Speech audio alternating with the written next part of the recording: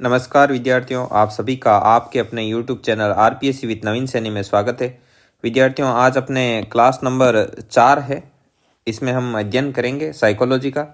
देखिए, पिछली क्लास में हमने यहाँ तक पढ़ लिया था। ये वुडवर्थ की जो परिभाषा है, यहाँ तक हमने अध्ययन कर लिया। आगे जेम्स की परिभाषा है। जेम्स कहते हैं मनोविज्ञान की सर्वोत्तम परिभाषा चेतना के वर्णन और व्याख्या के रूप में की जा सकती है। ठीक है, तो बस कनेक्ट कर लेना अपने स्तर पर कि भाई वर्णन और जो व्याख्या होती है वो कौन कर सकते हैं? जेम्स ही कर सकते हैं। जैसे विलियम जेम्स है, इनका बहुत बड़ा नाम है साइकोलॉजी की दुनिया में। मतलब जैसे एक आधुनिक मनोविज्ञान के जनक में विलियम वुंट और विलियम जेम्स को लेकर हमेशा क्या रहती है? टकराहट रहती है। तो भाई विलियम वुंट से यदि कोई टक्कर लेने वाला है तो कौन है? विलियम जेम्स है। तो विलियम जेम्स का साइकोलॉजी की दुनिया में इतना बड़ा नाम है। तो मनोविज्ञान की सर्वोत्तम परिभाषा चेतना के वर्णन और व्याख्या के रूप में, तो मतलब चेतना का वर्णन और व्याख्या कौन कर सकते हैं? William James. कैसे भी याद रखो, आपको याद रखनी है। आगे बोला है मैकडूगल। मैकडूगल का बोल रखा है कि मनोविज्ञान आचरण एवं व्यवहार का क्या है? यथार्थ विज्ञान है। ठीक है, मैंने तो इसको ऐसे याद रखा जैसे डूगल, डूगल से डूंगर जी और जवाहर जी, डूंग जी जवाहर जी वो थे ना आपके, डूंग जी और जवाहर जी जो मतलब अमीरों से धन लूट कर गरीबों में बांटते थे वगैरह वगैरह। तो डूंग जी जवाहर जी का क्या था? आचरण एवं व्यवहार है वो मुझे क्या लगा? यथार्थ लगा। भाई बाकी दुनिया में आचरण और व्यवहार आप मिलावटी भी कैसे ही बना सकते हो, लेकिन ये रियल में क्या करते थे? मतलब जो लूट पाट का धन है वो इनमें बांटते थे, और मतलब कैसे ही करके मुझे उनका आचरण एवं व्यवहार क्या लगा? अच्छा लगा। ठीक है, आगे देखिए महत्वपूर्ण तथ्य इंपोर्टेंट फैक्ट में है आधुनिक मनोविज्ञान। तो आधुनिक मनोविज्ञान का जनक को लेकर देखो, पहले मैंने यहाँ पर खाली छोड़ा था, अब मैंने लिखा है विलियम वुंट और विलियम जेम्स। तो यदि आपको ऑप्शन में विलियम वुंट और विलियम जेम्स दोनों मिले तो आपको प्रायोरिटी के साथ किसके साथ जाना है? विलियम वुंट के साथ। लेकिन यदि आपको विलियम वुंट का नाम दिखाई ना दे वहां पर, तब आपको किसके साथ रहना है? विलियम जेम्स के साथ। ठीक है विद्यार्थियों, प्रयोगात्मक मनोविज्ञान। प्रयोगात्मक मनोविज्ञान का जनक विलियम वुंट को माना जाता है। 1879 ईस्वी में जर्मनी के लिप्जिंग नगर में, लिप्जिंग यूनिवर्सिटी में प्रथम मनोविज्ञान प्रयोगशाला क्या की थी? इन्होंने स्थापित की थी, और वर्तमान में इसे कार्ल मार्क्स विश्वविद्यालय के नाम से जाना जाता है। 1890 ईस्वी में विलियम जेम्स ने प्रिंसिपल ऑफ साइकोलॉजी नामक कोई पुस्तक थी, उसको क्या किया था? परिभाषित किया था। ये चीज बहुत ही ज्यादा क्या है? इम्पोर्टेंट है। 1892 में संरचनावाद की स्थापना हुई थी, और 1895 ईस्वी में प्रकार्यवाद की क्या हुई? स्थापना। ये डेट है, मैंने सभी डेट को एक साथ इसलिए लिखा है ताकि ये आपको आराम से याद करने में आसानी रहे, आप ज़्यादा इनमें उलझे नहीं, कंफ्यूज ना हो। ठीक है, आगे देखो 1900 ईस्वी में सिगमंड फ्राइड ने मनोविश्लेषणवाद का क्या किया था? विकास किया था। और 1904 ईस्वी में इवान पावलोव ने नोबेल पुरस्कार पाचन क्रिया हेतु इनको क्या मिला था? इन्होंने पाचन क्रिया पर जो किया था, अपना रिसर्च किया था। इवान पावलोव, पता है आपको, रूस के क्या थे? मनोवैज्ञानिक थे, चिकित्सक थे, ये पाचन क्रिया विशेषज्ञ भी कहा जाता है। 1904 ईस्वी में इनको नोबेल पुरस्कार भी मिला था। ठीक है, तो ये चीज़ है। तो ये कुत्ते पर प्रयोग किया, कुत्ते वो घंटी बजाते हैं, कुत्ता मतलब लार टपकाता है, वही प्रयोग है। जिन्होंने रीट में साइकोलॉजी का अध्ययन किया है उनको ये बहुत अच्छे तरीके से मालूम है। 1905 में बिने व साइमन द्वारा बुद्धि का क्या किया गया? परीक्षण किया गया। 1916 ईस्वी में कलकत्ता विश्वविद्यालय में मनोविज्ञान का प्रथम विभाग खुला। दिस इज मोस्ट इम्पोर्टेंट, इसको आप मेनली ध्यान में रखना कि 1916 में कलकत्ता विश्वविद्यालय में मनोविज्ञान का क्या खुला? प्रथम विभाग खुला। 1920 ईस्वी में जर्मनी में गेस्टाल्ट मनोविज्ञान का उदय हुआ। यहाँ से गेस्टाल्ट मनोविज्ञान की यात्रा शुरू हुई विद्यार्थियों, ये भी बहुत ही इम्पोर्टेंट फैक्ट है। और 1924 में भारतीय मनोवैज्ञानिक एसोसिएशन की स्थापना हुई थी 1924 ईस्वी में। वैसे मैंने यहाँ पे जो डाटा लिया है वो मोस्टली क्या है? सारा सिलेक्टेड डाटा है, मतलब विभिन्न एग्जाम में पूछा हुआ वगैरह वगैरह, तो इस पर आपको कोई शक करने की ज़रूरत नहीं है। और 1924 ईस्वी में जॉन बी वॉटसन, मतलब वॉटसन ने व्यवहारवाद नामक क्या लिखी थी? पुस्तक लिखी थी। ऐसा भी लिखा हुआ मिलता है, बिहेवियरिज्म नामक ये पुस्तक भी किसने लिखी थी? जॉन बी वॉटसन का मतलब है, अपन इसको इस नाम से ज़्यादा फेमिलियर है, जेबी वॉटसन।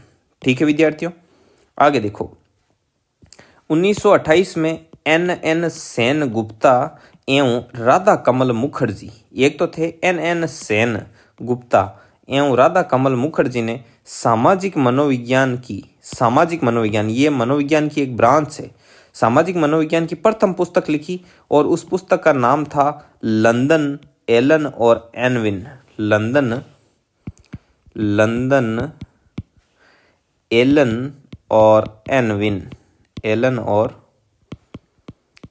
एनविन, लंदन एलन और एनविन, ठीक है। 1951 में कार्ल रोजर्स ने रोगी केंद्रित चिकित्सा नामक ये पुस्तक थी, रोगी केंद्रित चिकित्सा नामक पुस्तक है वो प्रकाशित की। 1953 में B.F. स्किनर ने साइंस एंड ह्यूमन बिहेवियर नामक क्या की थी, पुस्तक प्रकाशित की। और 1954 में मानवतावादी मनोवैज्ञानिक थे अब्राहम मैस्लो के बारे में पढ़ा होगा आपने, वो आवश्यकता पदानुक्रम वाला, और वो पिरामिड नुमा वो आवश्यकताओं का जो बनाया था, प्राथमिक आवश्यकता, रुस्तर आवश्यकता, सामाजिक, वो सारी आवश्यकताओं का आपने पढ़ा होगा, पिरामिड नुमा वो आवश्यकताओं का एक दिया था ढांचा वो। इन्होंने एक पुस्तक लिखी थी मोटिवेशन एंड पर्सनैलिटी नामक इन्होंने क्या लिखी थी, पुस्तक लिखी। और 1954 में इलाहाबाद में मनोविज्ञान की क्या हुई थी, स्थापना। ठीक है विद्यार्थियों, आगे बढ़ो। आगे है भारत में मनोविज्ञान का विकास। तो देखो, भारतीय मनोविज्ञान का आधुनिक काल कलकत्ता विश्वविद्यालय के दर्शन शास्त्र विभाग में 1915 में क्या हुआ था, प्रारंभ हुआ था। 1915 में भारत में जो कलकत्ता विश्वविद्यालय, कलकत्ता यूनिवर्सिटी है, उसमें दर्शन शास्त्र विभाग प्रारंभ हुआ 1915 में, जहां प्रायोगिक मनोविज्ञान का प्रथम पाठ्यक्रम आरंभ किया गया था। प्रायोगिक मनोविज्ञान को लेकर यहाँ पर जो पाठ्यक्रम है वो शुरू हुआ, तथा प्रथम मनोविज्ञान प्रयोगशाला भी यहीं स्थापित की गई। 1916 में कलकत्ता विश्वविद्यालय में प्रथम मनोविज्ञान विभाग की क्या हुई, स्थापना हुई। और 1938 में अनुपयुक्त मनोविज्ञान का विभाग भी प्रारंभ किया गया। तो ये विभिन्न स्टेट के फर्स्ट ग्रेड, सेकंड ग्रेड और उनको लेकर जो तैयार किया गया डाटा है। ठीक है विद्यार्थियों, आगे बढ़िए। मनोविज्ञान की शाखाएं। तो मनोविज्ञान मुख्य रूप से दो भागों में बंटा हुआ है। किन दो भागों में बंटा हुआ है? एक तो सैद्धांतिक मनोविज्ञान जिसे शुद्ध मनोविज्ञान कहते हैं, और एक है आपका अनुपयुक्त मनोविज्ञान। तो देखो, सैद्धांतिक मनोविज्ञान में आपके थ्योरेटिकल पोर्शन है, मतलब प्योर साइकोलॉजी है, और अनुपयुक्त मनोविज्ञान में अप्लाइड साइकोलॉजी इधर। ठीक है, तो सैद्धांतिक मनोविज्ञान या शुद्ध मनोविज्ञान का कार्य क्या है? केवल ज्ञान ग्रहण करना।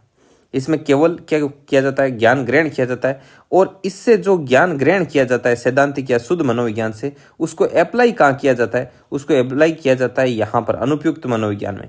यानी कि सैद्धांतिक मनोविज्ञान के सिद्धांतों का विभिन्न क्षेत्रों में क्या किया जाता है? यहाँ पर प्रयोग। अब कैसे कैसे प्रयोग करते हैं, तो इसको लेकर देखिए आप। इसको लेकर सबसे पहले अपन इनकी विभिन्न ब्रांचेज के बारे में मैं आपको एक करके क्या करवाऊंगा, परिचय करवाऊंगा कि भाई ये चीज़ कैसे, ताकि आपको समझने में क्या रहे, आसानी रहे विद्यार्थियों। तो सबसे पहले देखिए, इसमें सैद्धांतिक या शुद्ध मनोविज्ञान में सामान्य मनोविज्ञान में क्या होता है? सामान्य और असामान्य मनोविज्ञान। अब देखिए, इन दोनों को एक साथ समझें तो अपन ज़्यादा बेहतर तरीके से समझ सकते हैं। तो असामान्य मनोविज्ञान में असामान्य लोगों का या लोगों के असामान्य व्यवहार का अध्ययन किया जाता है। 1 मिनट विद्यार्थियों।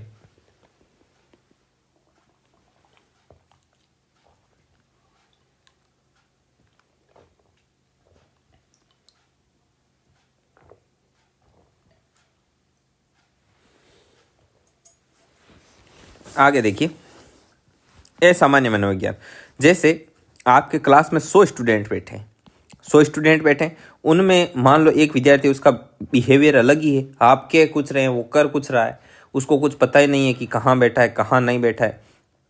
जैसे आदि प्राणी क्या होते हैं, मतलब ये कुसमायोजित समझ लो ऐसे, मतलब इनका व्यवहार क्या होता है, नॉर्मल ह्यूमन के बिहेवियर से अलग होता है। इनको असामान्य अर्थात इनको क्या बोला जाता है? अब नॉर्मल बोला जाता है।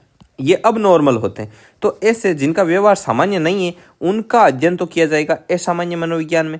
और इनके अलावा जो सामान्य व्यक्ति हैं, जिनका सामान्य व्यवहार है, उनका अध्ययन किया जाएगा सामान्य मनोविज्ञान में। आगे देखिए, आगे है आपके प्रायोगिक मनोविज्ञान। प्रायोगिक मनोविज्ञान में क्या किया जाता है? प्रायोगिक मनोविज्ञान में विभिन्न प्रयोगों के द्वारा साइकोलॉजी का जो हम रूल वगैरह प्रतिपादित करते हैं, उनको क्या किया जाता है, यहाँ पे सेव वगैरह किए हुए रहते हैं। मतलब विभिन्न स्थितियों में विभिन्न प्रयोगों के द्वारा जो साइकोलॉजी से रिलेटेड हमको फैक्ट्स वगैरह मिलते हैं, वो सभी किस में आते हैं? प्रायोगिक मनोविज्ञान में। ठीक है, इसके आगे आती है दैहिक मनोविज्ञान। दैहिक मनोविज्ञान, दैहिक जैसे स्पष्ट है, नाम से स्पष्ट है, जैसे दैहिक में आता है देह। देह का मतलब क्या होता है? शरीर, जो अपनी काया। ठीक है, अब दैहिक मनोविज्ञान में क्या क्या आएगा? जैसे अपन किसी के शरीर से ये बताएं कि देखो ये ऐसे चल रहा है, तो इसका मतलब ये, इसके भौहें ऐसी है, बैठने का तरीका ऐसा है, ये हाथों को ऐसे मोड़ कर बैठा है और पैरों को इसने ऐसे किया है, और साथ में बीच बीच में मतलब इस तरफ मुंह घुमा रहा है, या मतलब जैसे थूक गिटना वगैरह ऐसे, मतलब उसकी बॉडी से जो एक्टिविटी शो होती है और उसके माध्यम से हम क्या अंदाजा लगाते हैं वगैरह वगैरह, ऐसी जो चीज़ें होती है वो सब किस में आती है? दैहिक मनोविज्ञान में। इसके बाद में आता है परा मनोविज्ञान। परा मनोविज्ञान, परा इसको जैसे इंग्लिश में भी ऐसे ही बोलते हैं, पैरासाइकोलॉजी। पैरासाइकोलॉजी ये क्या है? ये एक तरीके से परा मतलब जैसे परे हो, अपने इन नॉर्मल भौतिकी दुनिया से परे की चीज़ें। जैसे इसमें आएगी सिक्स्थ सेंस। जैसे सिक्स्थ सेंस किसको बोलते हैं? कि मतलब जिनके मतलब छठी इंद्री वगैरह ये ऐसे सक्रिय होती है। कई बताते हैं कि जैसे मुझे बड़ी बेचैनी हो रही है, पता नहीं क्या बुरा होगा, या किसी के बताते हैं कि भाई ये आंख फड़क रही है, अब पता नहीं क्या होने वाला है, इससे अच्छा होगा, इससे बुरा होगा, आदि इन चीज़ों का जो अध्ययन होता है वो परा मनोविज्ञान में होता है। तो देख लो, इनको लेकर मतलब ब्रांच तक स्टार्ट हो चुकी है परा मनोविज्ञान को लेकर। ये साइकोलॉजी की एकमात्र ऐसी है, मतलब जो ऐसी उलझी हुई गुत्थियां है ना, उसको सुलझाने के लिए मतलब ये पूरी की पूरी ब्रांच चल रही है। अब ये कहाँ तक सत्य है, कहाँ तक नहीं है, ये आपके मानने पर डिपेंड करता है। जैसे पुनर्जन्म वगैरह ये, और तो इन सब चीज़ों को लेकर ये परा मनोविज्ञान है। समझ गए आप? पहले ही अनुमान लगाना कि भविष्य में ऐसा हो सकता है, यदि ऐसा हो तो ऐसा हो सकता है, ऐसे। इसके आगे आता है, एक आता है विकासात्मक मनोविज्ञान और एक आता है बाल मनोविज्ञान। देखो, विकासात्मक मनोविज्ञान में एक जैसे महिला के गर्भ में जब से भ्रूण मतलब ऐसे बच्चे का जो बताते हैं कि वो हाइब्रिडाइजेशन वगैरह हुआ, संकरण, तब से लेकर जैसे मतलब गर्भ विकसित हो रहा है पहले दिन से ही, तब से लेकर और वृद्धावस्था तक का क्या किया जाता है? अध्ययन किया जाता है। ये किस में किया जाता है? विकासात्मक मनोविज्ञान में। और जो बाल मनोविज्ञान, चाइल्ड साइकोलॉजी, इसमें कौन सा आता है? इसमें शैशवावस्था, आपने रीट में पढ़ी होगी चाइल्ड साइकोलॉजी, शैशवावस्था, बाल्यावस्था और किशोरावस्था। बाल्यावस्था और किशोरावस्था, इन तीन अवस्थाओं का अध्ययन कहाँ किया जाता है? बाल मनोविज्ञान में किया जाता है। जबकि विकासात्मक मनोविज्ञान में गर्भ से लेकर वृद्धावस्था तक का क्या किया जाता है? अध्ययन किया जाता है। आई थिंक आपको ये चीज़ समझ में आ गई होगी अच्छे से। एक मिनट, इसको कर देते हैं रफ। ठीक है विद्यार्थियों, आगे बढ़िए। समझ में आ गई सामान्य मनोविज्ञान, व्यक्ति के सामान्य व्यवहार का अध्ययन। ये सामान्य मनोविज्ञान जिसमें व्यक्ति के जो असामान्य व्यवहार होता है उसका अध्ययन। प्रायोगिक मनोविज्ञान, इसमें प्रयोगों के द्वारा साइकोलॉजी के जो डाटा एकत्रित किए जाते हैं वो इसमें आते हैं। दैहिक मनोविज्ञान, जो अपने पर्सनल अपने बॉडी से रिलेटेड जो शो अप होता है उसके बारे में है। परा मनोविज्ञान, ये सिक्स्थ सेंस वाला, जैसे मतलब भौतिकी से परे चीज़ें, जैसे अभौतिक जो वस्तुएं हैं, मतलब जैसे अभौतिक घटनाएं वगैरह होती है, जैसे सिक्स्थ सेंस और भविष्यवाणी वगैरह, अच्छाई बुराई का पहले अनुमान, वो चीज़ें आ गई। विकासात्मक मनोविज्ञान में जैसे मतलब पूर्णावस्था से लेकर वृद्धावस्था का तक का अध्ययन, और बाल मनोविज्ञान में शैशवावस्था, बाल्यावस्था और किशोरावस्था का अध्ययन। ठीक है, आगे देखिए, सैद्धांतिक मनोविज्ञान के सिद्धांतों का विभिन्न क्षेत्रों में प्रयोग। नैदानिक मनोविज्ञान, देखो अब ये जो अपन ने अभी तक पढ़ी है, ये सैद्धांतिक मनोविज्ञान, ये सारा, इनसे क्या होता है? हमको ज्ञान ग्रहण होता है। भाई ये सामान्य मनोविज्ञान से सिद्धांत वगैरह हमने सब ले लिए, यहाँ से हमने ज्ञान ग्रहण किया, और इनमें क्या होता है? अलग अलग फील्ड में इस ज्ञान को क्या किया जाता है? अप्लाई किया जाता है। कैसे? इट मीन्स, इसका मतलब जैसे अभी मैं बताता हूँ, जैसे सामान्य व्यक्तियों के व्यवहार और असामान्य व्यक्तियों के व्यवहार को हमने अच्छे से भांप लिया कि ये चीज़ है, ऐसे है, इनका बिहेवियर है वो अब नॉर्मल है, ये चीज़ सारी हमने पढ़ ली। अब इनका बिहेवियर ऐसा क्यों है, उनके कारण क्या हैं और उनका निदान कैसे किया जा सकता है, तो ये चीज़ किस में आएगी, नैदानिक मनोविज्ञान में। औद्योगिक मनोविज्ञान, तो इसमें क्या करेंगे, जैसे ये नैदानिक मनोविज्ञान समझ गए। अब औद्योगिक मनोविज्ञान, औद्योगिक मनोविज्ञान में क्या किया जाएगा, जैसे साइकोलॉजी के जितने भी रूल हैं, साइकोलॉजी हमने कहाँ से सीखी, फैक्ट्स, थ्योरी वगैरह, ये सब आया अपने इधर थ्योरेटिकल से। अब यहाँ से जितना सीखा उसको साइकोलॉजी को उद्योगों में क्या करना, अप्लाई करना। समझ गए, साइकोलॉजी को कानून में अप्लाई करना, मिलिट्री में अप्लाई करना, खेल में अप्लाई करना, उपभोक्ता में अप्लाई करना, फोरेंसिक में अप्लाई करना और साइकोलॉजी को शिक्षा में अप्लाई करना। तो इनमें क्या किया जाता है, विभिन्न क्षेत्रों में अप्लाई किया जाता है। कैसे, अभी देखिए। अब देखो, एक सेकंड ये कर देते हैं रफ। अब देखो, औद्योगिक मनोविज्ञान, औद्योगिक मनोविज्ञान में क्या होता है, उद्योग होते हैं। अब जैसे औद्योगिक कई हैं तो उनमें भी क्या है, कोई लोग ही हैं काम कर रहे हैं वहाँ पर, तो अब वो उद्योग में रहते हैं तो मतलब उनको भी वहाँ पर भी साइकोलॉजी के अप्लाई की जाती है कि भाई कैसे ये सभी कामगार वगैरह हैं वो आपस में तालमेल बैठाए रखे, एक दूसरे में भाई झगड़ा वगैरह भी ना हो, एक दूसरे को अच्छे से समझें कि भाई इनकी नीड क्या है, ये ज़्यादा समय तक टिकें, ये यहाँ पर अच्छी परफॉर्मेंस दें और उद्योग का मतलब उत्पादन बढ़े, इनकम ज़्यादा हो। तो तरह तरह की मतलब अंदर की जो आपसी राजनीति हो उससे कैसे निपटा जाए वगैरह वगैरह, इस सब चीज़ में यहाँ पर जो साइकोलॉजी चलती है उद्योगों के क्षेत्र में, उसको कहते हैं औद्योगिक मनोविज्ञान। आगे आती है कानूनी मनोविज्ञान। तो कानून के क्षेत्र में मनोविज्ञान का प्रयोग, अब कानून के क्षेत्र में मनोविज्ञान का प्रयोग कई तरीके से है। जैसे आपने देखा होगा भाई, कानून में जैसे न्यायपालिका वगैरह होती है, अपने न्याय के लिए कोर्ट में जज वगैरह बैठे रहते हैं। तो बाहर फॉरेन कंट्री में वगैरह में वहाँ पर जज के साथ एक साइकोलॉजिस्ट भी बैठाते हैं। तो साइकोलॉजिस्ट क्या होता है, वो जैसे अब कोई अपराधी है, अब वो झूठ बोलेगा, तो आपको पता है कोई भी प्राणी जन्मजात ऐसे चोर वगैरह नहीं होता है, उचक्का डाकू, वो विभिन्न परिस्थितियों के कारण या गलत संगति के कारण ऐसी मतलब राह पकड़ लेता है। तो अब वो बोल रहा है तो वो सही बोल रहा है या झूठ बोल रहा है, तो ऐसे जो साइकोलॉजिस्ट वगैरह होते हैं वो क्या करते हैं, इंसान के बोलने के तरीके और हाव भाव से भांप लेते हैं, उसको कहीं ना कहीं पकड़ लेते हैं कि ये झूठ बोल रहा है कि नहीं बोल रहा है। तो वहाँ पर कानून में भी साइकोलॉजी का प्रयोग किया जाता है। और मतलब जैसे कई गवाह वगैरह आ रहे हैं, तो कोई गवाह है वो स्पष्ट गवाही नहीं दे पा रहा है, तो क्यों नहीं दे पा रहा, कहीं उसको कोई डर है कि नहीं है, आदि चीज़ों को समझने के लिए वहाँ पर भी साइकोलॉजी का प्रयोग होता है। और ये सब आते हैं कानूनी मनोविज्ञान के दायरे में। इसके बाद में आता है मिलिट्री मनोविज्ञान। तो मिलिट्री मनोविज्ञान में क्या आएगा, मिलिट्री जैसे नाम से स्पष्ट है, नाम को सुनते ही आपके दिमाग में घंटी बज गई होगी कि भाई कानूनी मनोविज्ञान क्या है। तो कानूनी या मिलिट्री मनोविज्ञान, तो मिलिट्री से तात्पर्य है सेना से। किससे तात्पर्य है, सेना से। अब सेना में भी मनोविज्ञान का प्रयोग होता है। कैसे, आपको पता है सेना में सैनिक होते हैं, सैनिक अपने घर परिवार से दूर रहते हैं, तो वहाँ पर उनको अकेलापन वगैरह भी सताता है। और वहाँ की जो हार्ड ट्रेनिंग, अपने घर से दूर, अपनों से दूर, वहाँ पर देश की सेवा के लिए हर समय तत्पर रहना, तो उनके पहली बात तो उनकी हिम्मत को ही सैल्यूट है। और दूसरी बात, ये इतना सब कुछ करते हैं तो वहाँ पर कई बार सैनिक हैं वो अवसाद से ग्रसित हो जाते हैं। आपने अखबार वगैरह में पढ़ा भी होगा, कहीं पर बताते हैं कि भाई जो सैनिक हैं वो आत्महत्या भी कर लेते हैं।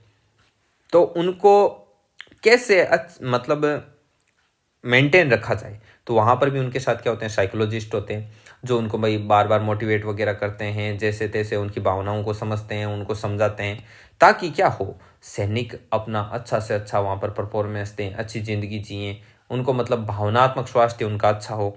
तो ऐसे करके, और मिलिट्री में भी किसका प्रयोग होता है, साइकोलॉजी का प्रयोग होता है। देखो यहाँ से हम जितनी भी साइकोलॉजी सीखे, भाई यहाँ तो क्या होता है, केवल ज्ञान ग्रहण करना, और उस ज्ञान को विभिन्न क्षेत्रों में अप्लाई किया जाता है अनुप्रयुक्त मनोविज्ञान के अंतर्गत। इसके बाद में आता है खेल मनोविज्ञान। तो खेल मनोविज्ञान, तो खेल में भी साइकोलॉजी का प्रयोग होता है, विभिन्न तरीके से होता है। खेल में भी खिलाड़ियों के साथ साइकोलॉजिस्ट वगैरह होते हैं। अब देखो, मान लो आपको बोले कि गोला फेंकना है, और गोला घर पे नहीं फेंकना है प्रदर्शित करने के लिए, वहाँ पर ओलंपिक हो रहे हैं, वहाँ पर आपको क्या करना है, गोला फेंकना है। तो अब आप पर कितना दबाव है कि पूरे भारत का प्रतिनिधित्व आप वहाँ पर कर रहे हो, करोड़ों की संख्या में लोग आपको देख रहे हैं, और आपको एक चांस है कि गोला फेंक कर दिखाओ। तो आप पर कितना भावनात्मक दबाव होगा। अब उस दबाव से कैसे निपटा जाए, तो उसको लेकर साइकोलॉजिस्ट होते हैं, वो आपको क्या करते रहते हैं, निरंतर मोटिवेट करते रहते हैं कि भाई आप अच्छा कर सकते हो, आपको ऐसे करना है, ऐसे करना है, वगैरह वगैरह करके। जैसे आपने मिल्खा सिंह वाली वो मूवी देखी होगी कि भाई मिल्खा सिंह लगातार रेस जीत रहे थे, लेकिन जिस दिन उनकी वो फाइनल रेस थी, तो उससे पहले वाली रेस और फाइनल रेस में 2-3 दिन का गैप आ गया, और 2-3 दिन में उन्होंने बताया कि बाहर सब जगह यही चर्चा हो रही थी कि इस बार गोल्ड मेडल मिल्खा सिंह को मिलेगा, मिल्खा सिंह को मिलेगा। तो ऐसा करके क्या हुआ, मिल्खा सिंह पर क्या आ गया, बाहरी दबाव आ गया, और वो यहाँ पर जीत नहीं पाए। तो ऐसे खेल में, और कई बार मतलब खिलाड़ी वगैरह सोचते हैं कि भाई अन्य देश के जो खिलाड़ी हैं उनकी इतनी तैयारी होगी, ये होगी, वो होगी, कहीं से इधर उधर से सुन लेते हैं तो उन पर कोई प्रेशर वगैरह बढ़ नहीं जाए, उनका जो मनोबल टूट ना जाए, तो वहाँ पर भी साइकोलॉजी का प्रयोग होता है, और इसे बोलते हैं खेल मनोविज्ञान। ये खेल मनोविज्ञान के अंतर्गत आता है सब कुछ। समझ गए विद्यार्थियों? आगे बढ़ो। आगे आता है उपभोक्ता मनोविज्ञान। उपभोक्ता, उपभोक्ता कौन होता है? जैसे अपन उपभोग करने वाला, कोई वस्तु खरीदने वाला, यूज करने वाला, कस्टमर। तो उपभोक्ता मनोविज्ञान में क्या होता है, यहाँ पर भी साइकोलॉजी का प्रयोग होता है।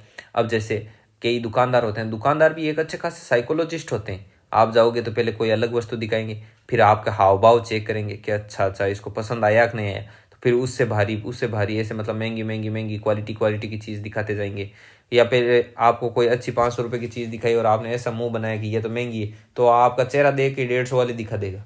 तो ये क्या होते हैं, ये यहाँ पर ये भी क्या है, एक तरीके से यहाँ पर भी साइकोलॉजी का यूज़ हो रहा है।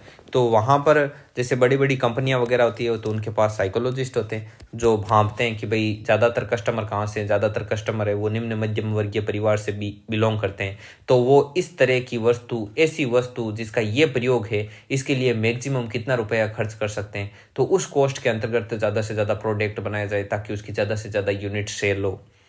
तो ऐसा करके इस क्षेत्र में भी साइकोलॉजी का प्रयोग किया जाता है, और ये उपभोक्ता मनोविज्ञान के अंतर्गत आती है। इसके बाद में आता है फोरेंसिक मनोविज्ञान। तो फोरेंसिक डिपार्टमेंट वगैरह होते हैं। आपने जो सीबीआई और क्राइम ब्रांच आदि आप सीरियल वगैरह देखते होंगे टीवी पर, तो वहाँ पर भी क्या किया जाता है, वहाँ पर भी साइकोलॉजी का प्रयोग किया जाता है। वो मतलब जिससे पूछते हैं कि तुमने उसे देखा क्या, मर्डर करते हुए देखा क्या, तो वो बताते हैं कि नहीं नहीं ऐसा नहीं देखा। फिर वो उनके चेहरे से भांपते हैं, जूते मारते हैं कि अरे देखा कैसे नहीं देखा ना तूने, फिर वो बताता है कि हाँ हाँ देखा देखा। तो मतलब ये फोरेंसिक, ये रिसर्च वाले होते हैं, सीबीआई वाले होते हैं, तो इनके तो साइकोलॉजी का भरपूर प्रयोग है।